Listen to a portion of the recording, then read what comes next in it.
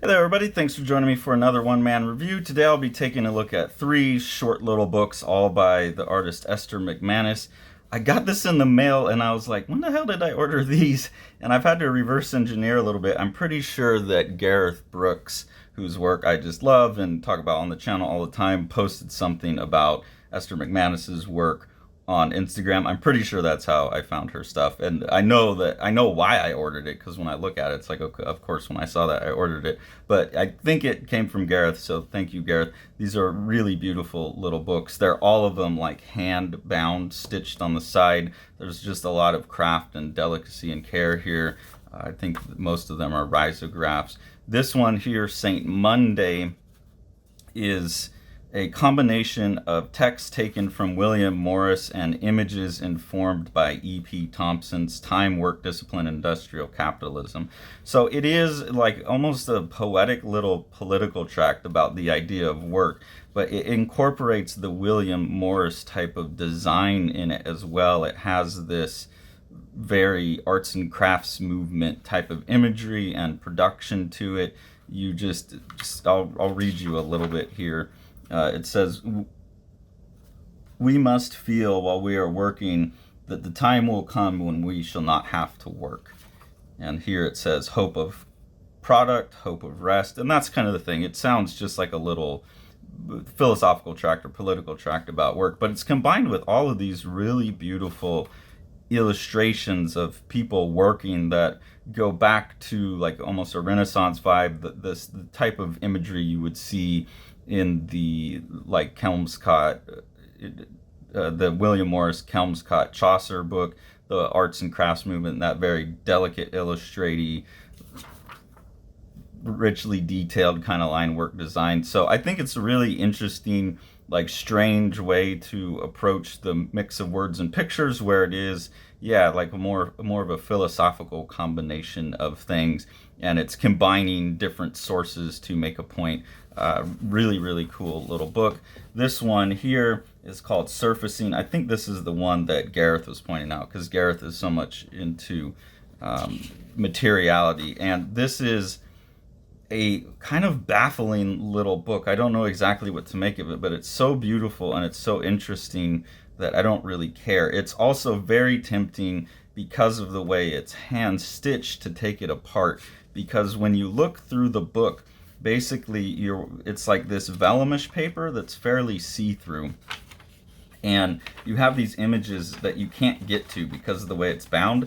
It's basically like a bunch of larger paper that's folded in four and bound with the fold at the top. So the only way you really see this image that looks like an unfolding book on the inside here, which basically kind of repeats this type of imagery, is as it shows through. And I don't know how well this all shows up on camera, but they show up as ghostly lines showing through the paper, and it has this really beautiful effect. And then there's these gorgeous like colored pencil drawings printed on it. Also, I noticed as I was going that the images, these are almost more like posters, so it's not just sequential this way, but there's also like this image is wrapping around the top here, and then that also goes, front and back, where this is obviously the continuation of this image. So it almost feels like four posters that have been folded in four and then bound together. Like here you see this horse looking kind of shape. I don't know what it turns into when you fold it over, but you see that it carries over. This is the only one where you get to see in the middle, again, this nice little hand binding. So it's a very curious project that way. What does it all add up to? I don't know, but it's so beautiful and it's such an interesting production idea. And then again, it's so tempting for me to go like actually cut this hand binding, because it's suggestive of that I could cut it and then unfold these as posters and maybe get a better understanding of what's going on in the book.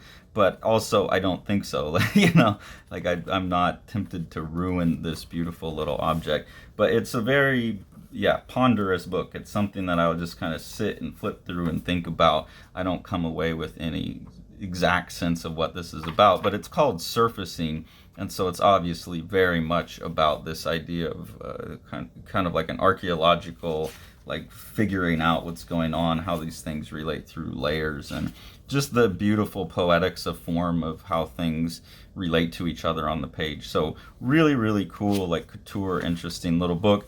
And that carries over into this book as well. Observe, again, this really nice paper. It looks like a risograph print, so it really captures the color pencil quality of everything. And this one reminds me a lot of Hyun Win's work, where it is poetics of form. It is kind of comics as poetry. You have all these beautiful, it looks like risograph again, which does such a good job of capturing color pencil. And then also there's like digital overlays, so it reminds me a bit of like the production tricks that Andrew White plays, where everything feels a little bit more like a lithograph, like a stone lithograph done in layers, or a wood block print done in layers, but I think it's done with risograph. It doesn't feel particularly screen printy, but it has some of these, you know, where the ink feels like it's stamped on top and you can see through it. This one, again, is just poetic, like a bunch of images of flowers and stuff. So again, I'm not sure what this all adds up to, but I don't really care. I just think it's a really beautiful, beautiful set of works. I know a lot of people want their work to add, like if they're going to buy a book, they kind of want to be able to read it and come away with a story or something. So if that's where you're at, it's not for you. I think the artists that are doing this thing kind of know that they're going to have a limited audience. This isn't going to be something that sells huge amounts. But if you're just interested in someone pushing the boundaries of what counts as images in sequence,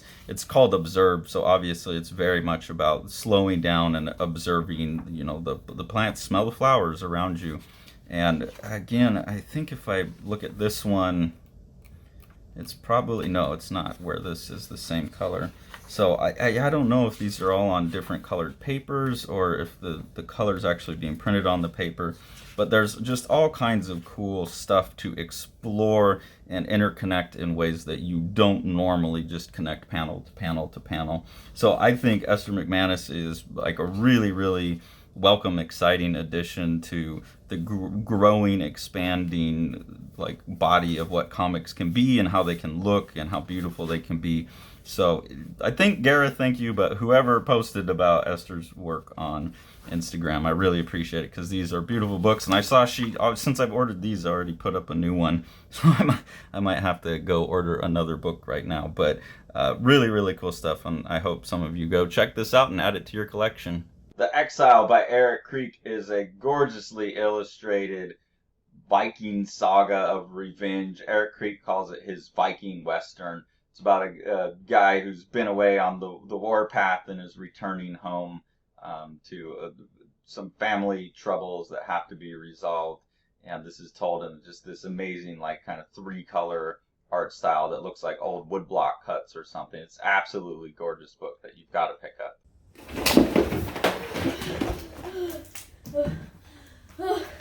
Like and subscribe and hit the bell, please, so Carson can finish reading his books and let me go home.